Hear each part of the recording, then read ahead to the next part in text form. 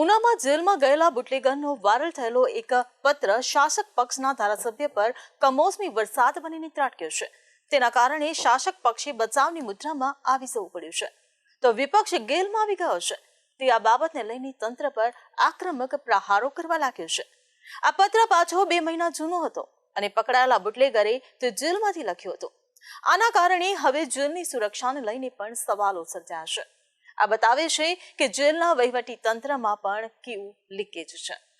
ઉના તાલુકાના ઉમેશ ગામના બુટલેગર ભગા ઉકા જાદવ હાલમાં જેલમાં છે। તે જૂનાગઢની જેલમાં છે અને તેમની સામે ગુસ્સે ટોક હેઠળ પણ કેસ નોંધાશે। તેમની સામે ડઝનેક કેસો છે। આ બતાવે છે કે રીઢો ગુનેગાર છે।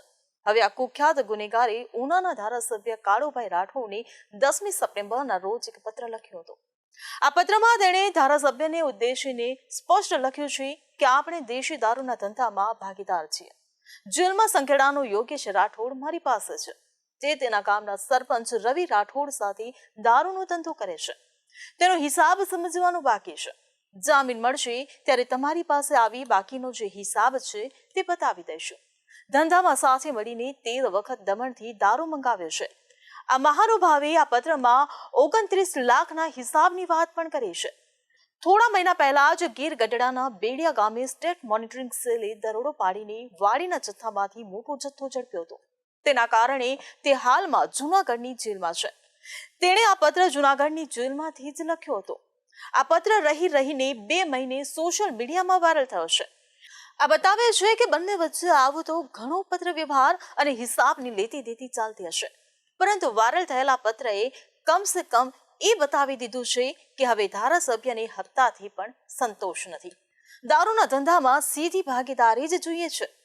આમ દારૂનો ધંધો કરનારા બુટલેગરો પાસેથી હપ્તો લેવો તે જૂની વાત થઈ ગઈ છે।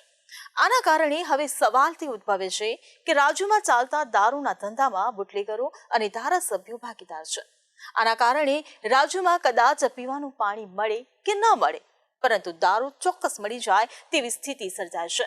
પછી ભલે ને તમે કચ્છના રણમાં ભૂલા પડ્યા કેમ ન હો, તમને ત્યાં પાણી આપનાર કોઈ નહીં મળે, પરંતુ દારૂનો જો ઓર્ડર કર્યો હોય તો તે ચોક્કસ મળશે। સામે નામ જોગ પત્ર લખાયેલો છે।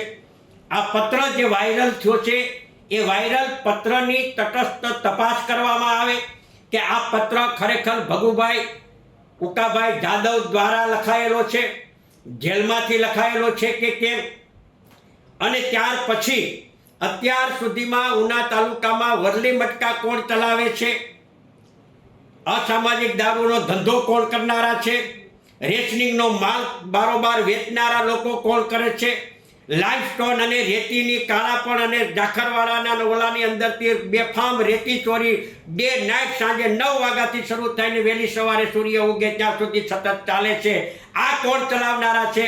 આ બધાની તટસ્થ તપાસ કરીને ફોન ડિટેલ ચકાસવામાં આવે। હું તો ધારાસભ્યની પણ ફોન ડિટેલ તપાસવામાં આવે। આ તો એક રીતે બુટલેગર અને શાસક પક્ષના ધારાસભ્ય વચ્ચે જાણે કારોબારી લેવડ દેવડ ચાલતી હોય તે પ્રકારનો પત્ર વ્યવહાર ચાલે છે। આ તો બહાર જાહેર થયેલો પત્ર છે એટલે આટલી વાત બહાર આવી તો કેટલીય લેવડ દેવડ કેટલાય બુટલેગરો અને કેટલાય ધારાસભ્યો સાથે કરતા હશે તેની કોને ખબર। કોંગ્રેસના ધારાસભ્યએ આખા પત્રકાંડને લઈને શાસક પક્ષ દ્વારા નિષ્પક્ષ તપાસ કરવામાં આવે તેની માંગ કરી છે। તેની સાથે જો પત્રમાં જણાવાયું છે તેમ ધારાસભ્ય ખરેખર ભાગીદાર હોય તો તેની સામે પણ આકરા પગલાં લેવામાં આવે તેમ જણાવ્યું છે। કોંગ્રેસનું કહેવું છે કે આ તો એક જ ધારાસભ્યની વાત વાયરલ પત્રના કારણે જાહેર થઈ છે। આના પરથી જાણે તો એવું જ લાગે છે કે રાજ્યમાં પડદા આગળ દારૂબંધી અને પડદા પાછળ દારૂનો જંગી વેપલો હોય તેવી સ્થિતિ છે। આ સંજોગોમાં દારૂના વેપારને રોકવા માટે કોનો કાટલો ચાલવો તે એક સવાલ છે। વાળ ચીભડા ગળે તો પછી વાત કોને કહેવા જવી? બુટલેગર સામે તમે કાર્યવાહી કરો, તેને જેલમાં નાખો, સજા પણ કરો, પણ દારૂનો કારોબાર નહીં અટકવાનો। હવે તમે બુટલેગરને કેટલી વખત પકડશો, કેટલી વખત જેલમાં નાખશો, કેટલી વખત સજા કરશો? આ તો બધું જ ધ્યાન બુટલેગરને પકડવા પડશે, દારૂના વેપારને રોકવા પર નહીં। સામાન્ય માન્યતા એવી છે કે બુટલેગરને પકડો એટલે દારૂનો વેપાર બંધ થઈ જાય, પરંતુ દારૂના વેપારને રોકનાર જ તેના ભાગીદાર હોય તો પછી ગમે તેટલા બુટલેગરને પકડો, ધંધો તો બંધ જ નથી થવાનો। આ જોતા એમ કહી શકાય કે દારૂના વેપારને રોકવો જાણે સૂરજ સામે ધૂળ ઉડાડવા બરાબર છે. આંખમાં ધૂળ જવાથી થોડો સમય સૂરજ ન દેખાય એટલે કઈ તે અદ્રશ્ય થોડો થઈ જાય. બસ આ રીતે જ બુટલેગરને પકડીને લોકોની આંખમાં ધૂળ નાખવા જેવી કાર્યવાહી બતાવી દેવાય છે. પરંતુ તેનાથી દારૂ કઈ અદ્રશ્ય થતો નથી, પીવાતો જ રહે છે અને પૂરો પડાતો જ રહે છે. પત્ર વાયરલ થયો છે. પત્રને અંદર આપના ઉપર કેટલાક આક્ષેપો કરવામાં આવ્યા છે. શું છે સમગ્ર વિગત? પત્ર વાયરલ થયો જેલમાંથી મૂળ ભગા જાદવ એસએફએમ દ્વારા જે રેડ કરવામાં આવી હતી એ દારૂના ગુનાની અંદર જુનાગઢ જેલની અંદર હતો. ત્યારબાદ ગુસ્સીકોટ કરવામાં આવી અને ગુસ્સીકોટનો એ ટોમદાર તરીકેનું નામ પણ છે. ગુસ્સીકોટમાં તેને ધરપકડ કરી અને ગુનાના કામમાં તેને તપાસના કામને ઉના લઈ આવેલા. ત્યારબાદ 22/8/2025 ભગા જાદવે ચાલુ રિમાન્ડમાં હોવા છતાં પણ એક પોલીસ કોન્સ્ટેબલના ફોનમાંથી મને તેણે વાત કરી. મને ફોન આવ્યો મારા નંબર ઉપર અને મને જેલની અંદર જેલર વાળા કઈ સિસ્ટમથી જેલ ચલાવે છે રસિક ઝીણા વિશે પણ મને માહિતગાર કરી. રસિક ઝીણા આખી આ જેલ ચલાવે છે એવું ભગા જાદવે તેમના ફોનમાંથી મને પોલીસ કોન્સ્ટેબલના ફોનમાંથી મને જાણ કરી અને આખા જેલર વિશે આખી જેલ કયા સિસ્ટમ ચાલે છે એ સિસ્ટમની મને વાત કરી. ત્યારબાદ ભગા જાદવે જે મને જે વાત કરી જેલના સિસ્ટમની, એ સિસ્ટમના આધારે ભગા જાદવની વિરુદ્ધમાં મેં ગુજરાત સરકારમાં ગૃહમંત્રીને આખી જેલર વિશે અને ભગા વિશે અમને ફોન આવ્યો એ બાબતમાં મેં આખી સરકારમાં જાણકારી આપી.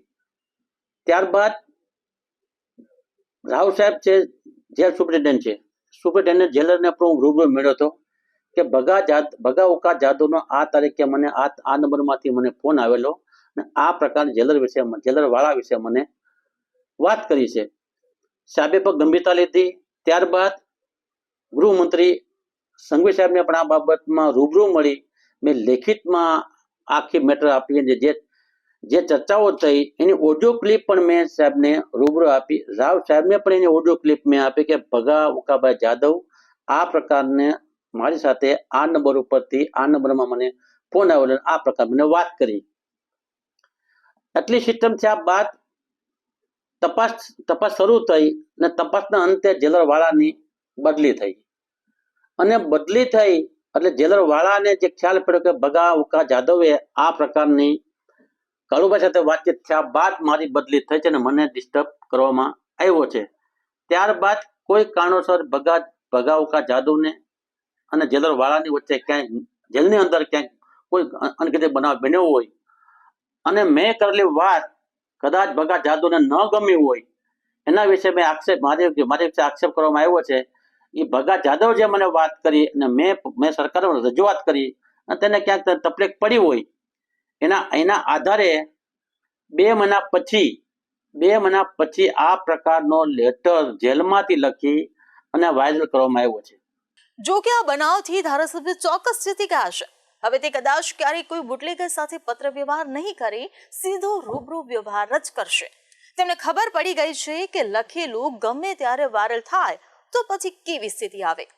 આમ ધારાસભ્ય પણ સમજી ગયા છે કે કમોસમી વરસાદ કોને કહેવાય છે અને તે કેવો વિનાશ વેરે છે.